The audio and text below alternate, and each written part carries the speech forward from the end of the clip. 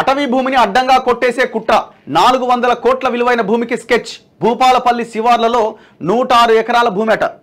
అటవీ శాఖ తనదే అంటున్న ప్రైవేటు వ్యక్తికి అనుకూలంగా కలెక్టర్ల నివేదికలట. అంటే కలెక్టర్ కూడా అమ్ముడు పోయిండు. నాటి బీఆర్ఎస్ మాజీ ఎమ్మెల్యే హస్తం ఉందట. ఎవరైనా భూపాలపల్లి గండ్ర వెంకటరమణారెడ్డి. సర్కారు మారడంతో సీఎం రేవంత్ ప్రత్యేక దృష్టి. సుప్రీంకోర్టులో సీఎస్ అఫిడవిట్ అట.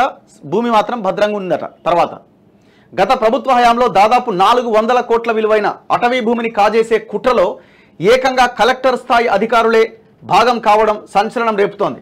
భూపాలపల్లి జిల్లా కేంద్రం శివారులోని కొంపల్లిలో ఉన్న అటవీ భూముల వివాదంపై సుప్రీంకోర్టు ఇటీవల వెల్లడించిన తీర్పుతో ఈ భూదందాలో కొత్త కోణం బయటపడ్డదట.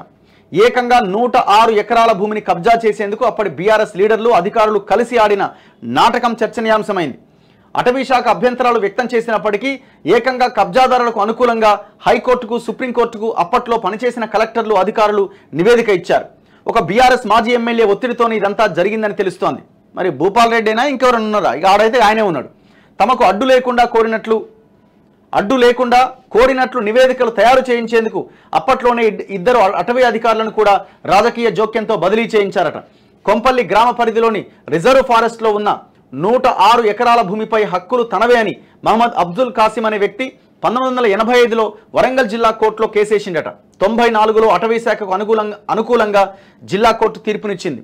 దీన్ని సవాల్ చేస్తూ కాసిం 94లో హైకోర్టులో అప్పీల్ చేయగా 2018లో హైకోర్టులో కూడా అటవీ శాఖకు అనుకూలంగానే తీర్పు వచ్చింది. దీనిపై కాసిం 2021లో హైకోర్టులో రివ్యూ పిటిషన్ దాఖలు చేసిండట. అఫిడవిట్ దాఖలు చేయమని రెవెన్యూ శాఖను హైకోర్టు ఆదేశించింది. జిల్లా రెవెన్యూ అధికారులైన కలెక్టర్ తదితరులు అప్పటి ప్రభుత్వంలో కొందరితో కుమ్మక్కై ఈ భూమి ప్రైవేటు వ్యక్తులకే చెందుతుందని అఫిడవిట్ దాఖలు చేసిరట. అంటే ఈ కేసును అడ్డం పెట్టుకొని కలెక్టర్ అంతా కలిసి ఈ ఎమ్మెల్యేలతో మాట్లాడుకొని ఇది ప్రైవేటు వ్యక్తిది అని చెప్పి అఫిడవిట్ వేసిరట.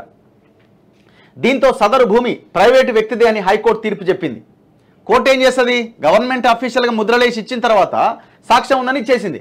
అటవీ శాఖ హైకోర్టు తీర్పు పైన 2021 మే నెలలో సుప్రీంకోర్టులో స్పెషల్ లీవ్ పిటిషన్ ఫైల్ చేసింది. సుప్రీంకోర్టు ఈ పిటిషన్పై వాదనలు విన్న అనంతరం మరోమారు కలెక్టర్ నుంచి అఫిడవిట్ కోరింది. అయితే కలెక్టర్ ఈ భూమి సదరు ప్రైవేటు వ్యక్తికే చెందుతుంది అని అఫిడవిట్ సమర్పించారు. అటవీ శాఖ ఆ భూమి తమదని వాదిస్తుంటే కలెక్టర్ ఆ భూమి ప్రైవేటు వ్యక్తిదే అని చెప్పడం పైన సుప్రీంకోర్టు అభ్యంతరం తెలిపింది. సీఎస్ దీనిపై వివరణ ఇవ్వాలని ఆదేశించింది.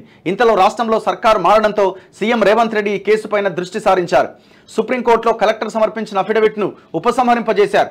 ఈ భూమి ఫారెస్టుకు చెందింది అని ఫిబ్రవరి 8వ తేదీన సీఎస్ అఫిడవిట్ దాఖలు చేశారు. దీంతో సుప్రీంకోర్టు ఇటీవల తీర్పు వెలువరించింది. 106 ఎకరాల ఈ భూమి అటవీ శాఖకే చెందుతుందని స్పష్టం చేస్తూ తీర్పునిచ్చింది. హైకోర్టు తన పరిధిని దాటి వ్యవహరించిందని, కనీసం తనదిగా నిరూపించుకోలేని వ్యక్తికి 106 ఎకరాల అటవీ భూమిని గిఫ్ట్గా ఇచ్చిందని సుప్రీంకోర్టు చీవాట్లు పెట్టింది హైకోర్టుకి.